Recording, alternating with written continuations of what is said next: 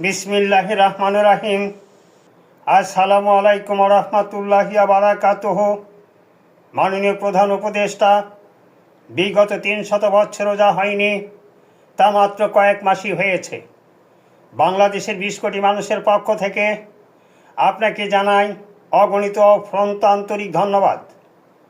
মাননীয় প্রধান উপদেষ্টা, দুঃখ পরিতাপের বিষয়, এই দেশের মাটি ও মানুষের জন্য যারা অকাতরে জীবন দিল তাদের খোঁজ খবর নেওয়ার কথা তো কোনোদিন শোনা যায় না। ক্ষতিগ্রস্ত ব্যক্তিদের ক্ষতিপূরণ কিংবা পুনর্বাসনের কথা তো কেউ বলে না। দোষী ব্যক্তিদের আইনের আওতায় এনে তাৎক্ষণিকভাবে বিচার করা হবে এ কথা তো কেউ বলে না। ভোটের কথা বলে, ক্ষমতায় আসার জন্য পাগল হয়ে পড়েছে। বর্তমান সরকার জনগণের সরকার, জনগণ যতদিন চাইবে ততদিন থাকবে। মাননীয় প্রধান উপদেষ্টা, ব্রিটিশ সরকারের শাসন আমলে এই দেশের মানুষ নির্যাতিত নিষ্পেষিত হয়েছে। পাকিস্তান সরকারের শাসন আমলেও এই দেশের মানুষ নির্যাতিত নিষ্পেষিত হয়েছে।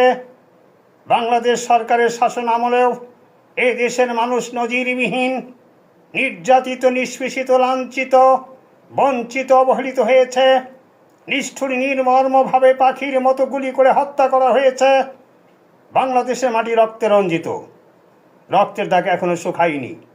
এদেশের হকপন্থী তথা তৌহিদি জনতা খাল কেটে ভূভক্ষ ক্ষুধার্ত রক্ত ভক্ষণকারী কুমির আর আনবে না। এদেশের মানুষ ওদেরকে আর চায় না। মাননীয় প্রধান উপদেষ্টা, গাছে কাঁঠাল গোপে তেল, মরল সেজে বসে আছে, কথা বলে আল্লাহ আল্লাহ রসুলের মতো, কাজ করে ফেরাউনের মতো। ক্ষমতায় না আসতেই দেশের মধ্যে নৈরাজ্য সৃষ্টি হয়েছে।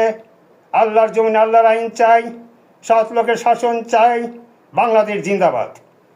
পৃথিবীর সর্বাধুনিক থ্যালাসেমিয়া চিকিৎসা আল ফাতেহার ঔষধ সেবনে রক্ত আর দেওয়া লাগে না শরীরে। ভিডিওটি নিজে দেখুন, অন্যকে দেখার জন্য সহযোগিতা করুন, চিরকাল পাশেই থাকুন। দোয়া চাই সকলের। সুস্থ থাকুন, ভালো থাকুন।